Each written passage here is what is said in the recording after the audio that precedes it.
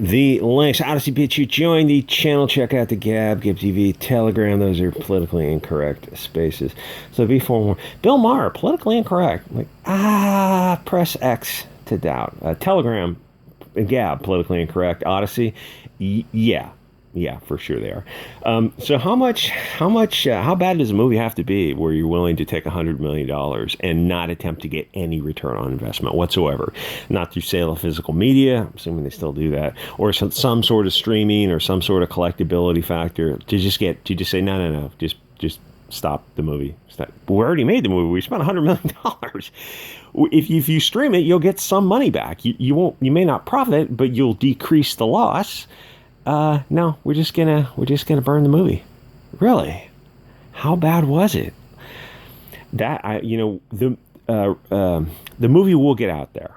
Somehow it will be released, and it's going to be, I'm sure it's going to just be a nonstop, just cultural Bolshevik lecture on the patriarchy, Second Amendment, trans rights right now. It's like, that's not really what a DC movie is all about. It comes from Batman, and the characters are spin-offs from him. The crime fighter, the world's greatest detective, Catwoman, Batman, DC universe. No, we're going to lecture you on like pronouns and something like that. I don't really want to see a movie like that. Well, that's probably how bad the movie was. So back when Batman was just campy and fun. So I went down the DC rabbit hole, or Batman rabbit hole, a little bit last night, and I looked at the Adam West 1966 movie, which was great, campy, silly, and then Michael Keaton did the 89 movie, and they tried to make it a little bit more serious than, in relative compared to 66 movie. And it was good. Like that movie kind of got a lot of the 89 kind of got a lot of this stuff rolling into the next phase of making superhero movies, away from like the 70s superhero movies or the early 80s. And then the 92 sequel, and then 95, he didn't want to come back. Val Kilmer came in for that. And then 97 had George Clooney, and I forget the sidekick who played Robin, who kind of was starting to be a big Hollywood star, and then kind of dropped out. And that went back to very campy and silly.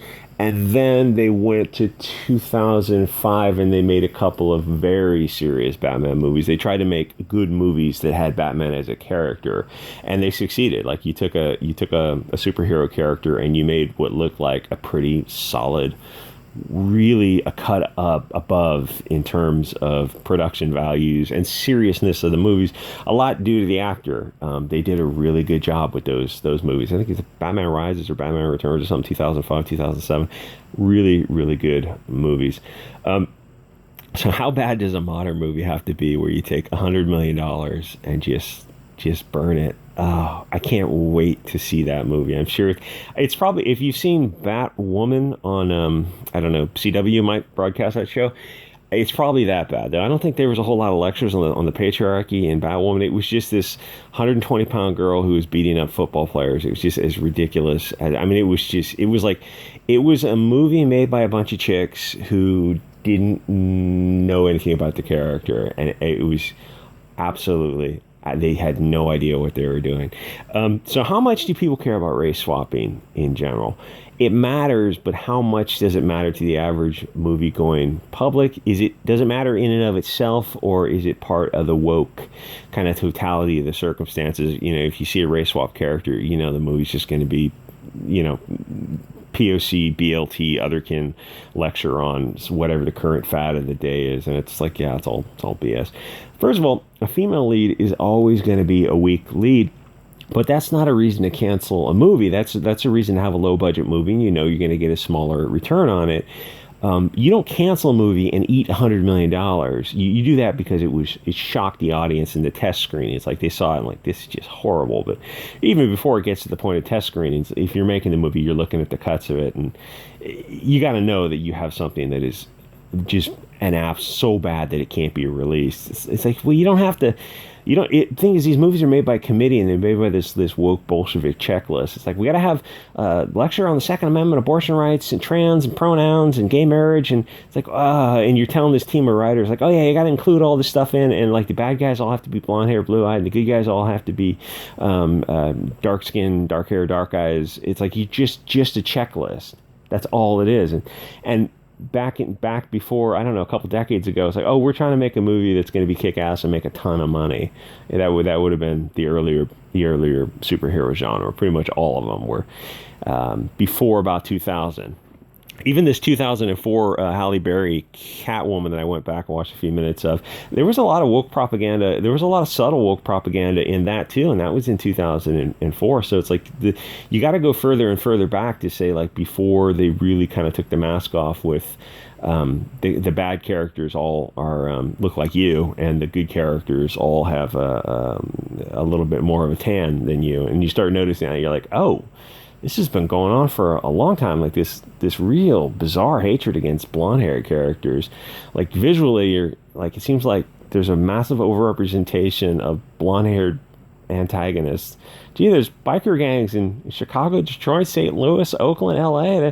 They're all blonde-haired guys who are dealing crystal meth. It's like, that's the actual gang problem in Chicago. Like, what's the color of the sky in your world? This isn't. I know it's the 40s. Like, they took this 40s stereotype. It's like the safest stereotype you can make, where you make the German guy the one who commits Malamute acts on a grand scale, like the Bruce Willis type of movies.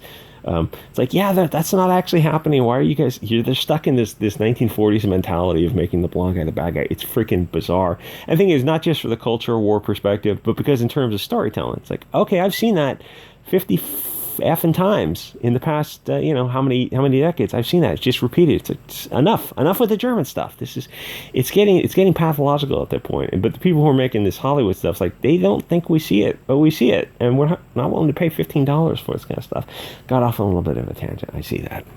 Anyway, so how bad was it to turn off a test audience who was kind of there to be entertained? Like, they're going to be kind to it. I mean, how woke is too woke? Was it? It's going to be atrocious. I don't like Suicide Squad. Think about that. They made the 1 and 2. They made those movies. They made Birds of Prey, and those are just absolutely atrocious.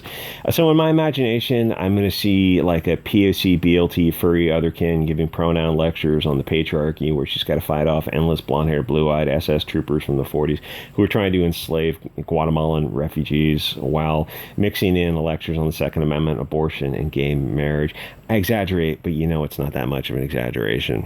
So is a race-swapped main character enough for people to not watch a movie? For me, absolutely, yeah, but because I know it's not the character, it's a lie. And I don't know how many people are like outside the rabbit hole kind of starting to notice that the existence of a rabbit hole is even there. Or there's a lot of like continuity fans, curative, not transformative, nerdy fans who've been around for a while, who they're not into the culture war so much, but they're also not into race and sex swap characters, because it's not the character, it's a lie, it's a bait and switch.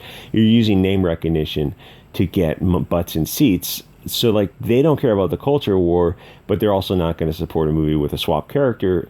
And they go, what about representation? Like, the simple answer is like, well, it's not the character, you're lying. Yeah, but representation. Yeah, but it's not the character. It's just cultural Marxist talking points. If you want to see yourself in a film, well, you got to make a new character, like these Siegels and Stan Lees and Kirbys and whoever, created DC and Marvel, these characters, like, they're already characters. They exist in and of themselves. You have to just create something new. It's like, oh, but we're globalist parasites. We can't create. We can only corrupt and destroy. We're just completely bereft of creative talent. Oh, well, I mean, creating like the characters takes decades and decades, and you're gonna have to have a lot of failures before you get something that really flies. Like, oh yeah, we don't have time for that. Well, then, like, all you do is use bait and switch techniques, and if people are on board with it, great, but there's a lot of people who are not on board with that kind of cancer anymore. Anyway, so the thing is, the more I think about DC in specific and superhero films in general, there's been a fair amount of crappy films lately. The latest Spider-Man and Batman were more the exception than the rule. Most of the stuff that comes out now, it's like Black Widow. There's just nothing to get excited about. It's not worth paying for. Maybe you'll see it online for free. You'll watch it once. It doesn't have any rewatchability. You're not going to go out and buy a T-shirt associated with the product, or buy toys for your kids, or collectibles for yourself or something. It's just nothing to get excited about. The only reason people would buy these kind of things, physical media type of stuff, is for the continuity of collectibles. If you have like every superhero movie ever made, starting from 1966 Adam West Batman to current year, it's like, yeah, you could do that. There'd be a few hundred VHS and Blu-rays and DVDs to have. If you there's people like that who collect the media or collect subgenre type of stuff, but for the general public, that's not worth paying for. So I was listening to Matt Jarbo and his crew on a live stream last night, and like they're the biggest collection of gamma, soy boy, like panty sniffing, backstabbing, just, just. It's hard to. I don't want to say like kids who are always last pick for sports or never went on dates or like kind of always had to pay for sex one way or the other. Just the most backstabbing, just conniving, not trustworthy scumballs. It's fun to listen to them because it's kind of interesting to see like how this soy boy mentality is, and it's you feel bad for him. You listen to the crew and the guests who are on the shows because they're just so gamma. They will bend over for any little reaming from some cultural Marxist propaganda. And the thing is, they were calling Ryan Kinnell and Josiah Rises racists and a fashionable one. So I immediately went to make sure I was subscribed to their channels because it sounds. I mean, the translation is like they're cool and probably based and not soy boys. But they say that they didn't throw that term around loosely, except we know that they do throw that term around all the time. That's why it doesn't mean anything anymore. That's their standard deflection, is if somebody doesn't like a movie, you call them istophobic and fashionable, Hugo Boss type of guys. But that doesn't make the movies good. And they call everyone these things to the point where, like, a lot of people just won't criticize purse puppy films because you'll get attacked personally for not liking some crappy cultural Marxist propaganda. And the movie companies know that, and they use that as a shield. And keep in mind, Hollywood hates you. You got to be awakening to that fact by now. I think people are tired of the woke cancer coming from Hollywood, and they're also tired of this narrative of being attacked for not liking what pretty much amounts to anti-white propaganda. They give a bunch of BS reasons for taking $100 million movie and just putting it on the shelf. It was too big for a small movie and it's too small for a big movie or something. It's like, if it was good, you would put it out there. Streaming, physical media, you'd sell it. If it was a good movie, you would sell it, and it would get a following, and then it would start to sell itself. There's no reason to shelf something that's profitable. All thing is, to make a good movie, before you had to swap out whoever the girl who plays it now, all you had to do was get a hot, red-haired, blue-eyed German girl, and people would have loved the movie. It's not politically correct to say that we're tired of POC, BLT, purse puppies lecturing us on how much they hate people of European descent. We are very tired. Like, people, I have to be careful. I won't say that. People are more aware of the situation that is going on, and who the propagators of this narrative, than I think the propagators themselves seem to have a little bit lack of self-awareness on. People aren't as asleep as they seem if you're on Twitter, Gab, and Telegram, Odyssey. So I was listening to Sci-Fi for Me. Oh, what a careful way to say that. Sci-Fi for Me TV, they did a live stream. They're talking at the shows getting canceled or underperforming, and they were wondering if these companies would then start to turn away from the globalist propaganda and return to a business model where you make a movie to make money. And, there's some artistic creativity. You want to make a good movie, but it's a business. It's a model. You're selling a product. And they seem to think that they would be. Logically, you've got to make money. Eventually, you run out of other people's money. Yes, but Bolshevism is almost akin to a religion to them. I know that they will go deep into red ink before they dial back this. It's like anti-white is kind of an easy way to sum it up. It bluntly states like what you're seeing in these movies. So they'll go a long way into losing money because it's like money's just stuff to them, and for the most part, it's not their money. They're insulated with their own money. So some of these Hollywood Bolsheviks, they're true believers. They will burn companies to the ground before they give up the blonde man bad narrative. The normie outside the rabbit hole doesn't know how much these people hate you. They're erasing you from via race swapping in films because they hate you with an incandescent rage. And if you want to know how much they hate you, go on Twitter for 6 months, follow 500 to 1,000 of these blue check mark people in Hollywood, people in the media, the people they interview in the media, the academics, people who are writing the articles, all the verified hate, the blue check mark hate. Follow like 500 of those people for 6 months and just check on Twitter every so often and see how they feel about people like you. You'll be as deeply honk-pilled That's the easiest way. It probably wouldn't even take 6 months. You'd be so red pilled, and then you go beyond red pilled into the clown pill. You'll know what's up. You'll know the way of the world, which is like a few months on Twitter, seeing this incandescent hatred from the subset of people in Hollywood, the media, the academia, the people who are writing these articles, people behind the media cameras, people who are funding it, these global corporations, these NGOs. You'll see the hate, and it's only in one direction. Like, you'll know, you'll be where I am in 6 months from now. You'll be like, oh, I thought you guys were tinfoil hats. Like, no, they're not hiding it. You just have to go on. It's hard to, like, every time someone tries to collect all the information, do like a verified hate collection on Twitter, oh, those channels get banned. Like, wait a minute. If you like follow, if you just screenshot this blue check mark hate, if you collect those screenshots and archives, your channel will get banned for talking about it. Yeah. But you're not kicking off those people for making the actual tweets? No. It's like, oh, so it's like this is just a whole just vector for cultural Bolshevik propaganda, just critical theory one. Oh no, we call it critical. I don't know what they call it now, but it's like, so you're talking about like the Frankfurt School critical theory from those Marxists. Like, that's just Hollywood right now and social media. Yeah, they use social media to propagate it. Anyway, you'll know everything. Those people, they want you gone from this mortal coil, and they, like, you see it on movies. Oh, it's just movies. It's just movies for now, but it's the tip of the iceberg. I don't know if this is too bad for YouTube. It's the tip of the iceberg. So it's like, yeah, the movies, they're telling you what they want to do to you in the movies right now. And like I said, you get on Twitter and you'll be right there with me. But back specifically to DC, what a great image that is. Back specifically to DC, they have a reputation for making subpar, sloppy movies. The first Wonder Woman was okay. People said, "Oh, we loved it." Like, I watched it, and then I rewatched it. I thought, it's just okay. It's not great. Wonder Woman 1984 was a bomb. And then Justice League, Suicide Squad 1, 2, this couple Superman, Birds of Prey. There's a lot of mediocre movies coming out of DC. The last Batman was a hit, but there's a lot of failures also, or just underperforming films. Superhero movies are not going away because it's easier for them to take a creative universe and create somewhat new stories within that universe than to create something entirely new.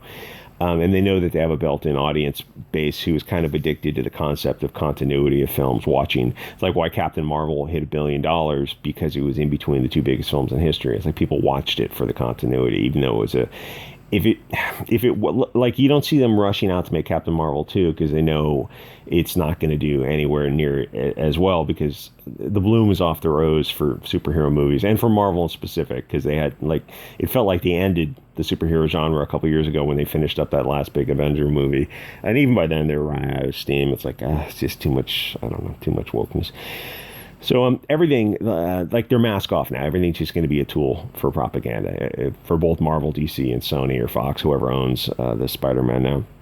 So they're just going to race swap every character. In Spider-Man and Batman, they race swapped every character sans the titular ones, and people still funded them to $1 billion. That might have had something to do with coming off the Wu flu, like they're back in theaters. People were like, we just want to eat popcorn and watch a big budget movie. And it's like, yeah, but they took that opportunity. You didn't see Batman and Superman. You saw some race swap version of them. It's like, if you're willing to accept that, then you're just a sheep who's, like, so deeply asleep on bread and circuses on blue pills. It's like, did those people get mad at us for trying to drag them out of the Matrix? But, kicking or screaming or sobbing and crying, we're going to force clown pills down your throat until you are as just deeply, deeply red pilled as we are now. And you'd be like, oh yeah, I'm joining you guys on Telegram and Gab now. Like, I see people doing this interview and they're talking about this, I think it was Cultural Casino and Sci-Fi from ETV, and they're talking about, like, alt platforms and Rumble and I don't know, Parlor and Getter or something. Like, no, those are con ops. No, Gab, Telegram, Odyssey, Bit Chute. That's where Gab has free political speech. That's where you want to be. Oh no, we're on Minds and Getter, and no, you're just waste anything that goes through the Google and Apple App Store is controlled by Google and Apple. So you're getting this pre-approved Marxist narrative. It's only Gab, Odyssey, and Telegram. because you can download Telegram from Telegram site itself, that you're able to actually have, actually get this message out. Anyway, I don't know if this is too much for YouTube. I never know. I try to be as careful as possible, but good looking chick, I guess. She's no Halle Berry. Halle Berry had a lot of personality. She went a long way, and she appealed across various markets. But also, it's like, this isn't. You just get a hot blonde girl, just some hot English girl, some hot German girl, Swedish girl, whatever. It's like, just you don't have to do this kind of. You don't have to keep doing this, and you definitely don't have to support this kind of stuff. It's a pirate's life for me, pretty much all the time now. Anyway, like, comment, subscribe, check me out, subscribe, star, and I'll see you guys all next episode.